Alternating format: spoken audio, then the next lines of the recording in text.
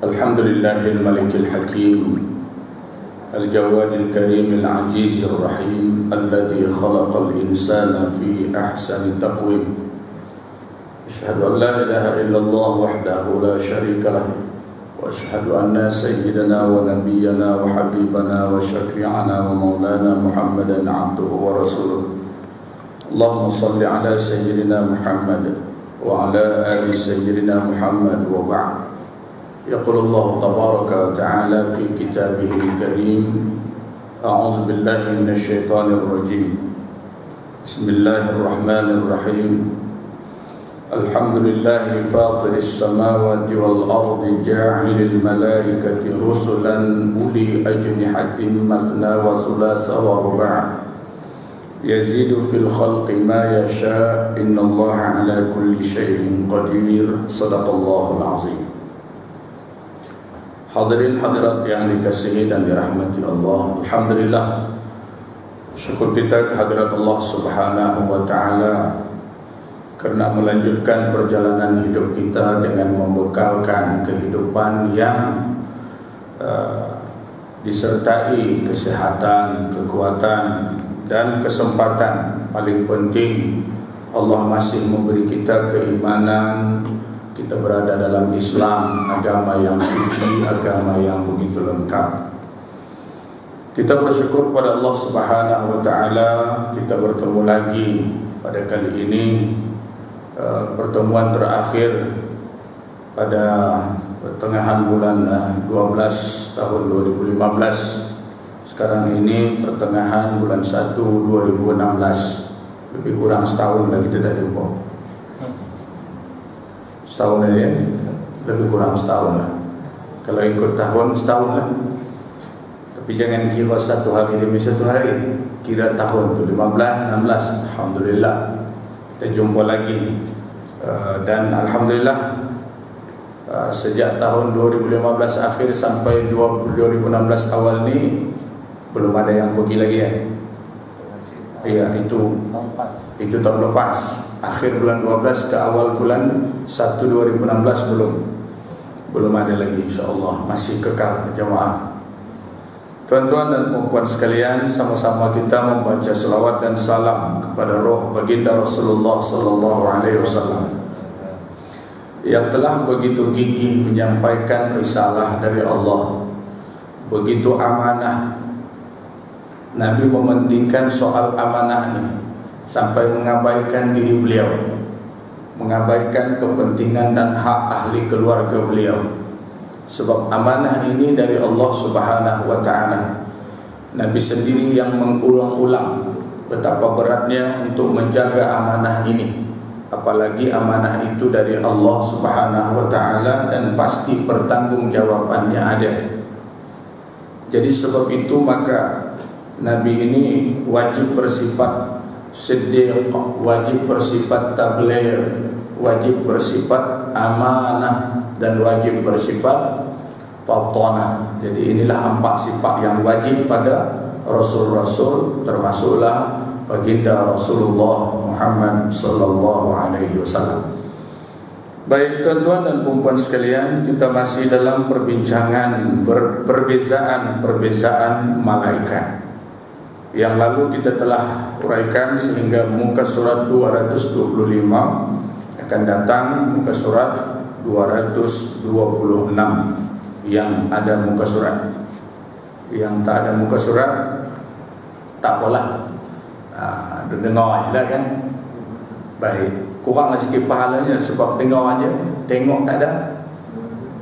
Tu 226 muka surat 226 akan datang.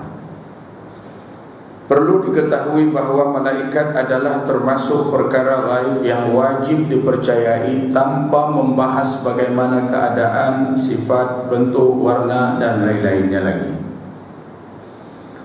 Kewajiban kita beriman kepada malaikat ini adalah dengan mempercayai apa yang Allah sebut sahaja dalam Al-Quran.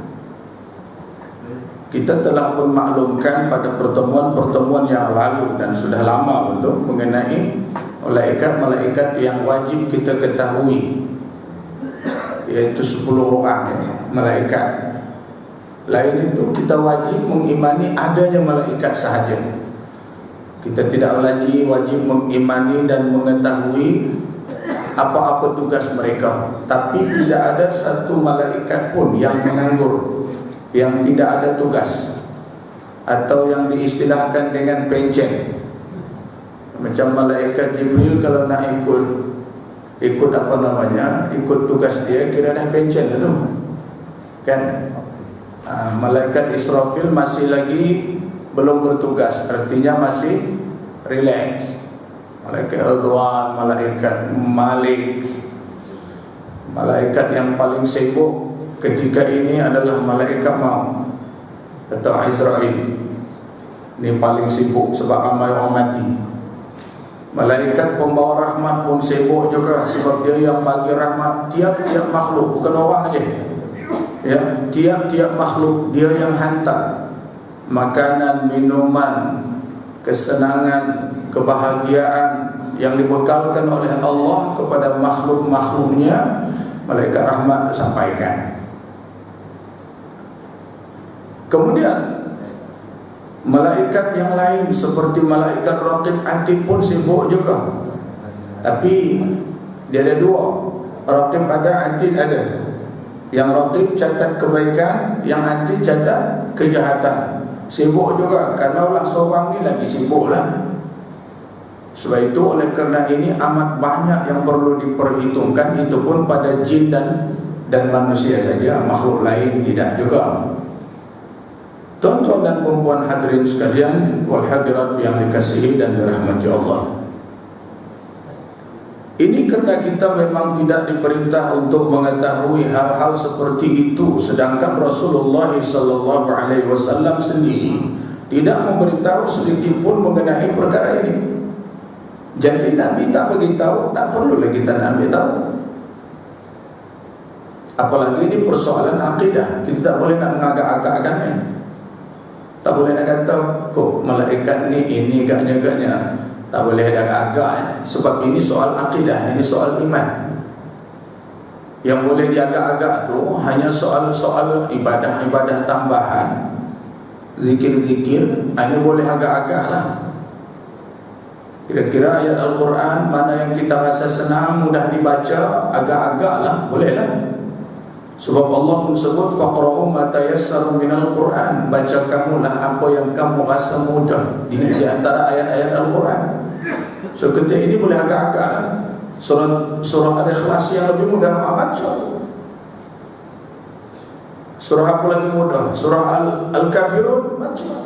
Surah Al-Falaq baca. Surah An-Nas baca tu. Yang lain susah, tak apa, baca yang mudah aja. Faqra'u ma tayassara minal Quran. Sebab membaca Al-Quran itu lebih kurang tahapnya berzikrullah juga.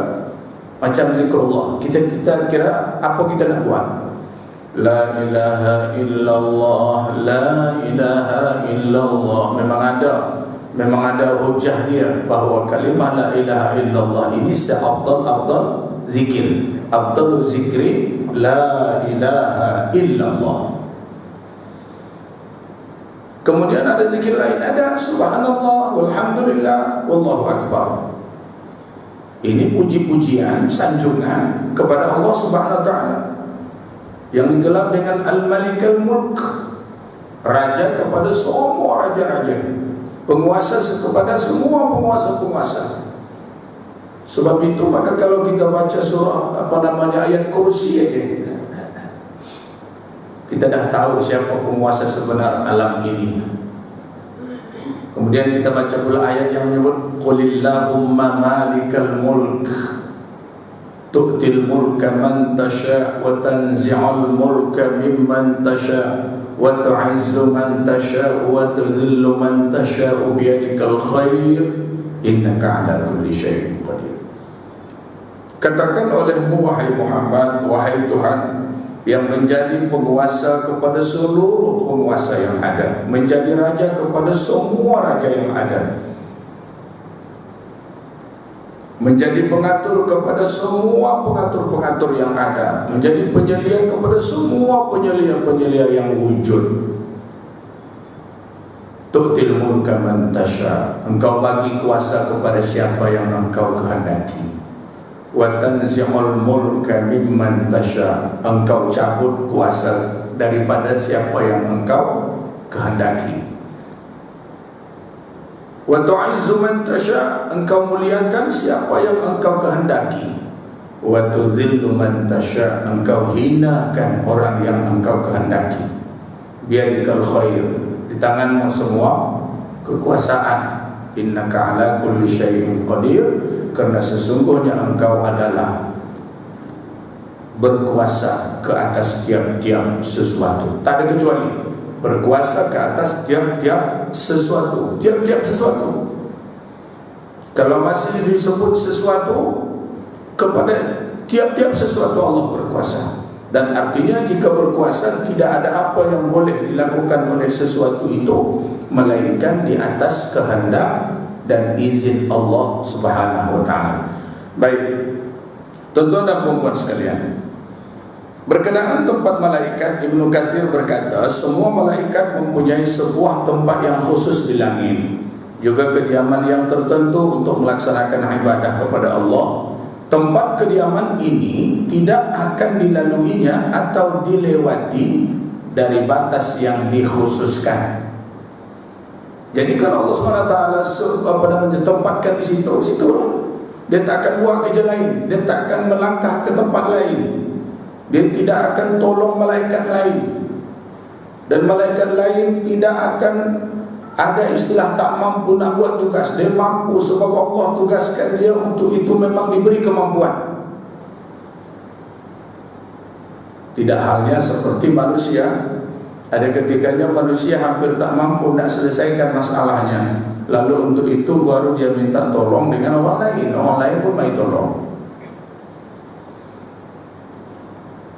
Sebab manusia ini dilahirkan dan diberikan tugas-tugas yang begitu banyak, dan ada kadar-kadar kemampuan. Sehingga itu maka Allah Subhanahu wa ta'ala mengatakan bahawa manusia ini dijadikan dalam keadaan sentiasa berkeluh kesah. Kenapa jadi berkeluh kesah? Sebab dia tak mampu nak selesaikan masalah dia, keluh kesah saja. Dia tak mampu nak selesaikan problem dia, susahlah dia berkeluh kesahlah dia. Itu manusia. Malaikat tidak ada istilahnya tak mampu nak kerjakan, sebab dia diciptakan semata-mata untuk buat kerja satu je. Seperti malaikat hamalatul arsh, malaikat yang pikul arsh, sejak dari diciptakan sampai lani, ya, dia tetap pikul dan dia tidak merasa keberatan sebab Allah dah bagi kemampuan untuk dia. Malaikat yang datang mencabut nyawa manusia, ingat tak sibuk ke tu, turun naik, turun naik, turun naik. Masya Allah. Malaikat Jibril masa menyampaikan wahyu, bukan dekat perjalanan. Tuan-tuan dan puan-puan sekalian, tetapi oleh kerana malaikat itu diciptakan telah punya kadar kekuatan yang sebegitu, maka mereka tidak merasa susah. Adapun manusia diberi kadar kekuatan yang terbatas, sampai urusan pahala dan dosa pun Allah sebut laha ma kasabat wa 'alaiha maktasabat. Diawali dengan la yukallifullahu nafsan illa wus'aha. Allah tidak memberatkan seseorang itu dengan sesuatu pekerjaan amal ke, ibadah ke, melainkan apa yang ia mampu buat. Illa wus'aha. Sebab itulah makasabat, untuknya lah apa yang ia buat kebaikan, wa 'alaiha maktasabat, dan ke atas dirinya juga akan menanggung akibat perbuatan buruk yang ia buat. Jadi di atas kelemahan dan kekurangan manusia inilah maka Allah membukakan pintu keampunan begitu luas. Allah dah tahu yang manusia ini bakal buat salah. Allah tahu bahawa manusia ini akan bakal melakukan perbuatan-perbuatan silap. Kalau Allah tak ampunkan orang salah dan orang silap, tak ada orang yang masuk syurga lagi, tuan-tuan. Nabi sendiri pun ada kesilapan seperti mana yang selalu kita sebut. Ada beberapa surah yang menegur Nabi kerana kesilapannya. Walaupun kesilapan Nabi itu tidak besar, tapi bagi pangkat Nabi, kesilapan itu dah kira besar. Kecil kesilapan itu, tapi kalau dilakukan oleh orang yang besar, dia jadi macam besar lah. Sebab kedudukan itulah. Nabi tak akan mencuri, mustahil. Nabi tak akan berbohong, mustahil. Nabi tidak melakukan yang haram, mustahil dia buat. Sebab dia adalah orang yang berpangkat tinggi dan mulia di sisi Allah. Tapi kalau Nabi buat salah kecil dan nampak macam besar. Tuan-tuan dan puan-puan sekalian yang dirahmati Allah Subhanahu wa ta'ala, umpama kita lah, ataupun kedudukan kita seorang ayah dan anak dalam satu rumah, kesalahan dilakukan sama, mana lebih besar nampak salahnya kalau kedua-duanya melakukan kesalahan. Misalnya ayahnya dengan anaknya bertumbuh, katakanlah, mana lebih salah? Nampak-nampak. Patutnya tak ada istilah bertumbuh, kan? Sebab bila sudah beradu dua, artinya ini sudah dua keadaan yang sama. Padahal si anak tadi kalau kena lempang sekalipun, dia tak boleh nak melawan. Nak buat macam mana? Sebab dia anak, kan? Kalau dia lawan, artinya yang tak beradab, yang betul-betul tak beradab, anak, kan? Kemudian dalam hal yang lain, anak dan ayah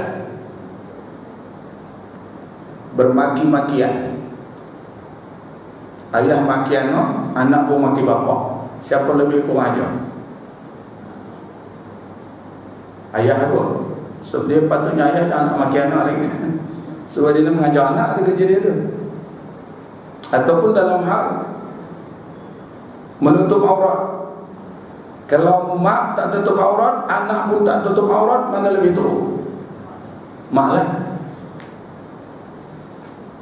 Artinya tuan-tuan dan puan-puan sekalian, apa yang menjadikan mak dia lebih teruk padahal dia sama-sama tak tutup aurat, sama-sama haram? Mana letak lebih parahnya? Kan di kedudukan tu, kan? Kan jamaah seluar pendek, ustaz pun seluar pendek juga. Mana lebih teruk? Ustaz. Kenapa pula sama-sama seluar pendek? Kedudukan tu. Janganlah ustaz aja, tu imam katakanlah. Contoh, ya.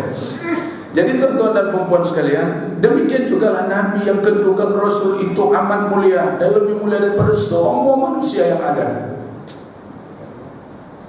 Kalau kita berdakwah, ketika kita sedang berdakwah, ada orang duk kacau, ya, ada orang kacau kita, duk panggil kita berkali-kali, kita tak pedulikan, tak apa, nanti layan kemudian. Itu tak termasuk aib pada pendakwah biasa.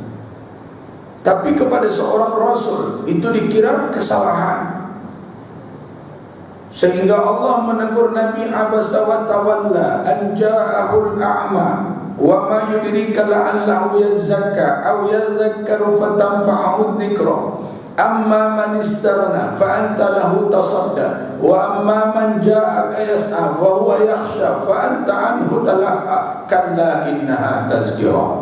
Nampak berapa ayat tu?